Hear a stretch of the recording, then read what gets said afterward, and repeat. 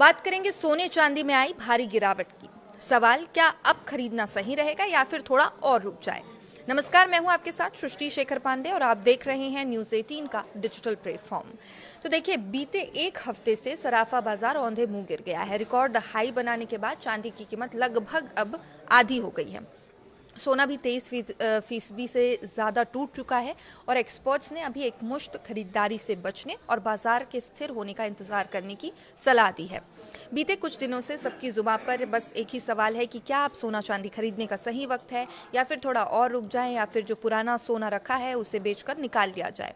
दरअसल ज्वेलर्स के फ़ोन लगातार घनघना रहे हैं और वजह है कि सोने और चांदी की कीमतें आए दिन इनमें भूचाल आ रहा है और हाल के वर्षों में शायद ही ऐसा कभी देखा गया हो। जो साल 2025 में इन कीमती धातुओं के निवेशकों की झोली भर दी थी, वही 2026 के फरवरी महीने की शुरुआत ने कई लोगों के होश उड़ा दिए हैं।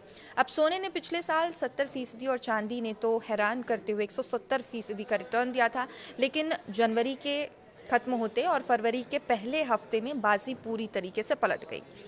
तो चलिए आइए समझते हैं आखिर बाजार में ये उथल पुथल आखिर क्यों मची हुई है। तो बाजार की चाल को समझना है तो हमें थोड़ा पीछे चलना पड़ेगा। 29 जनवरी 2026 वो तारीख थी जब ये धातुएं अपने इतिहास के सबसे उच्चतम स्तर पर थी। MCX पर सोने का भाव 1,93,000 रुपये प्रति 10 ग्राम यानी 1 तोला छू रहा था और वहीं चांदी ने तो जैसे पंख लगा दिए थे और वो भी 4,20,000 रुपये प्रति किलोग्राम पर पहुंच गया था। कॉपर भी इसमें कुछ पीछे नहीं था, 1480 रुपये पर ट्रेड कर रहा था और निवेशकों को लगा कि ये तेजी अभी और चलेगी। चांदी की रफ्तार का अंदाजा आप इसी बात से लगा सकते हैं कि इसे 3 लाख से 4 लाख के आंकड़े तक पहुंचने में महज 10 दिन का समय लगा था। मतलब सिर्फ 10 दिन में ये 1 लाख पार कर गई थी। लेकिन 30 जनवरी की सुबह सब कुछ बदल गया। कीमतों ने यू टर्न लिया और बाजार धड़ाम से नीचे आ गया। अगले 3 दिनों तक लगातार गिरावट का दौर चलता रहा, जिसमें निवेशकों के पसीने छूट गए। हालांकि 2 फरवरी को बाजार ने संभलने की थोड़ी कोशिश की और लगा कि शायद अच्छे दिन अब लौट आएंगे, लेकिन ये खुशी सिर्फ 2 दिन की मेहमान साबित हुई और कीमतें फिर से लुढ़क गई।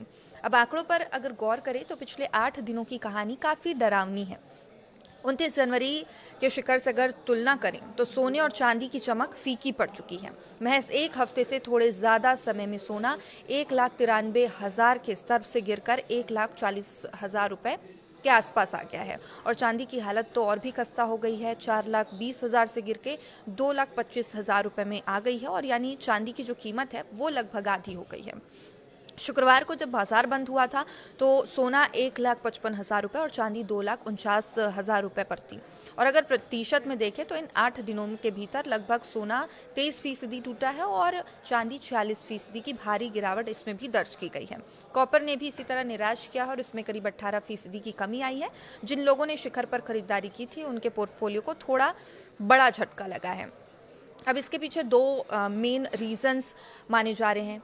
पहला तो है मुनाफा वसूली। जब कीमतें इतनी तेज़ी से ऊपर गई तो पुराने निवेशकों ने अपना माल बेचना शुरू कर दिया और बहुत सारे लोगों ने एक साथ माल बेचा, जिससे बाजार पर दबाव बना। और दूसरा बड़ा कारण है इंटरनेशनल मार्केट में अमेरिकी डॉलर का मजबूत होना। जब डॉलर मजबूत होता है तो दूसरी मुद्राओं वाले देशों के लिए सोना चांदी खरीदना महंगा हो जाता है, जिससे मांग घटती है। और इसके अलावा अमेरिका के फेडरल रिजर्व बैंक में नए चीफ की नियुक्ति और MCX द्वारा मार्जिन बढ़ाने के फैसले को भी आग में घी डालने जैसा इसने काम किया। मार्जिन बढ़ने से सट्टेबाजों और छोटे ट्रेडर के लिए बाजारों में बने रहना मुश्किल हो गया, जिससे बिकवाली और बढ़ गई। अब बाजार के दिग्गज विशेषज्ञों का ये मानना है कि अभी जल्दबाजी करना ठीक नहीं है। आप थोड़ा रुक जाइए, जब मार्केट स्थिर होगा तब आप सोने चांदी की खरीदारी कर सकते हैं। JP मॉर्गन के जानकारों ने ये चेतावनी दी है कि चांदी का मौजूदा भाव अब भी बहुत ज़्यादा है और तनाव के समय इसमें और भी गिरावट आ सकती है। हालांकि लंबी अवधि के लिए बुनियादी कारण अब भी मजबूत दिखाई दे रहे हैं। विशेषज्ञों ने ये सलाह दी है कि जब तक स्थिरता नहीं आती बाजार में तब तक दूर रहना ही आपके लिए समझदारी है।